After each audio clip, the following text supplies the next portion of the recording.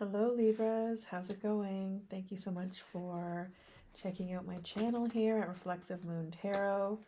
So this is a general read for folks who identify as Libra in either your sun sign, your moon, rising sign, Venus, or Jupiter.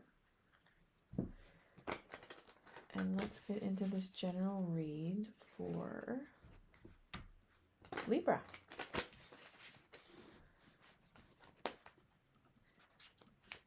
And this is a reading for the full moon in Gemini as well.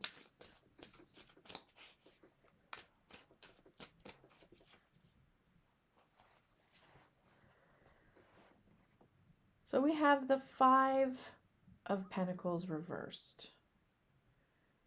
And that's the card out of the Pentacles, that's probably the one that you want reversed the most out of all of them, because the Five of Pentacles usually has to do with despair and hard times and, serious setbacks regarding your finances. Could also be your health, and also the general, I guess, morale within your career setting as well. So things are good. Like maybe you're a little bit worried that things aren't good, or that they, might get worse if they have been bad, but so far things are going to get good for you career-wise. You will not be dealing with hardship, which is great. Crossing that, we have the Empress. So perhaps maybe like you're experiencing like a certain stagnation with ideas or projects, though. There may be a bit of a plateau that you have hit on some level. And that could be why you're concerned about money not being good, despite the fact that things are good.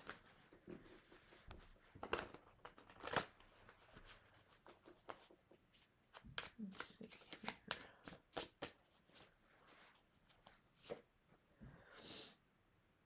And we have the Three of Wands. So you've really set some solid intentions, and like overlooking the situation. It could go both ways. It's really tricky to tell whether or not this card is reversed or upright, to be honest. So, if it's reversed, the intentions that you set, you may still continue to be on this plateau that you're feeling worried about. But also, there's a very good chance that you will see, some good turnaround with your energy output. So it can go both ways, overlooking the situation. Like there's been, it sounds like, you may have taken a bit of a risk on some level because things are good. You've decided to take a financial risk, and hopefully it's not too hefty of a risk. But either way, a solid intention has been set. And yeah, subconsciously, like this is like a new contract. There's a new, you're trying to be more accountable to yourself. You've made agreements with yourself. You are, ethically trying to be more stable and show up for you on a holistic level.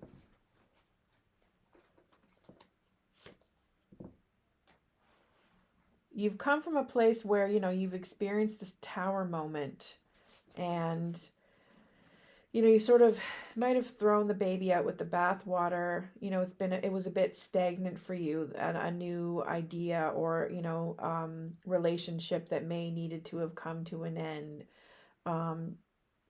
Or like a new way, like a way of thinking, like you just were really struggling to change and see things differently, or to accept things happening outside of you that you really had no control over. And it might have been very abrupt for you. It also looks like, it impacted you emotionally, and that's something that you're still going to be dealing with in the immediate future. The emotional impact of, you know, this tower moment that you experienced in the past. So like with the 7 of Cups, um, you know, it usually has a lot to do with like a fantasy world, like making choices though, like the things that you have, you know, that are in your cards. All it basically manifesting your dreams, right? And you may have like you may have too many choices. You may be faced with too many choices in the near future. You may be feeling overwhelmed in the near future with these decisions that you have to make, and indecisiveness may take over on some level. But because, you know, these are these dreams, or, you know, these wishes that you have for yourself, like they're all options for you. Like I don't think this is an issue with you being realistic about your options. It could be though because it's reversed.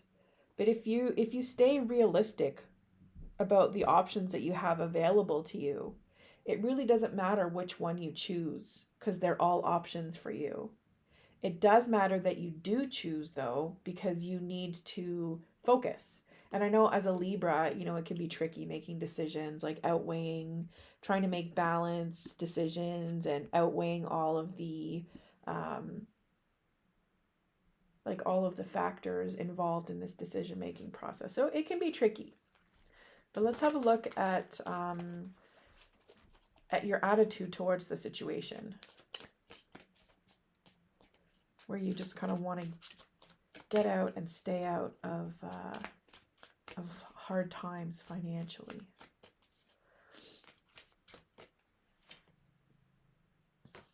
Okay, so you could be influenced by someone who is really psychologically abusive and not on your team. So this is your attitude. This could be you not being your own best friend, which is what you need to be. Like you need to be able to mentally support yourself and make logical decisions. Um, you could like this, like you're not being focused. So you have this desire to be accountable, but you need to meet a certain level of focus with it.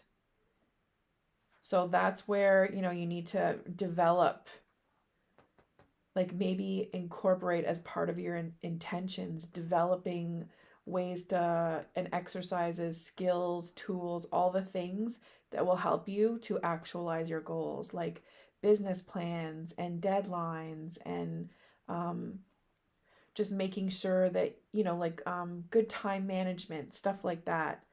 You may be pushing a little bit too hard, maybe pushy for decisions. You may be like, you know, like there, you may have an attitude where you're a bit of a bully, and also you might need to be a little bit more tactful with your choice of words, like use your mind, think before you speak. Like this person, you know, this knight when reversed is like really cocky. They can run their mouth. They know how to run their mouth. And you know, that can get you through situations. That can help you survive in a lot of situations. There's nothing bad about knowing how to run your mouth properly. But you have to be tactful about when like the time and place when you should be running your mouth. And if you look like the person that runs their mouth, if you're, you know, it makes me think of Karen on some level. Those Karens, the bad Karens. There's good Karens out there. People whose name is Karen. Like I feel bad for a lot of people who are awesome and their name just so happens to be Karen. Like it's quite an injustice, but it is what it is. So shout out to all the awesome Karens out there versus all of the true Karens. But anyways, so also like this, like, and there's something about Libras too, where they have the capacity to feel um, like just because you're such a gust of wind, sometimes you think that like you're untouchable with that element of air. So you possibly think that, you know, danger is not going to impact you in any way. I feel like this might be especially a trait for, say, like a Libra who's a teenager on some level. Like that sense of danger just does not impact you in any kind of way. Um, it's not. it does not serve a need for self-preservation, ignoring danger. If you're taking a risk right now and doing something new and not wanting to go back into like a bad place with money, I really think it's important for you to tread lightly. Tread lightly and don't storm through whatever situations that you're going through. Like, your attitude cannot be a stormy one.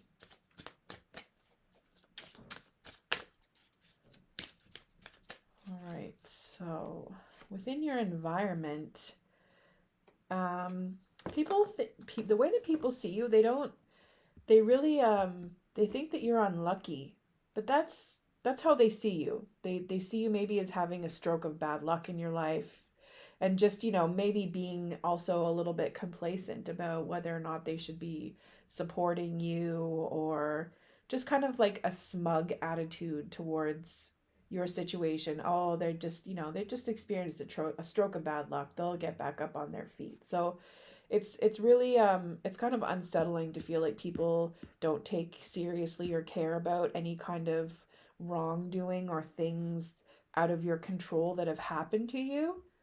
And that could be also the attitude of the world. Like, I was actually just wrapping my head around, um, ways in which I'm, complacent on some level with the circumstances of people, because of all of the shift through what we've been through in the past years with the time of this pandemic.